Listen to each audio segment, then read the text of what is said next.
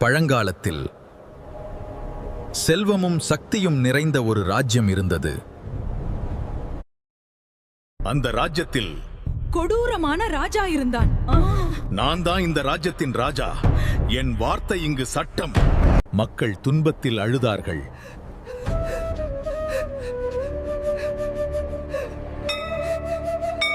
ஒரு சாமியார் வந்து ராஜாவை எச்சரித்தார்.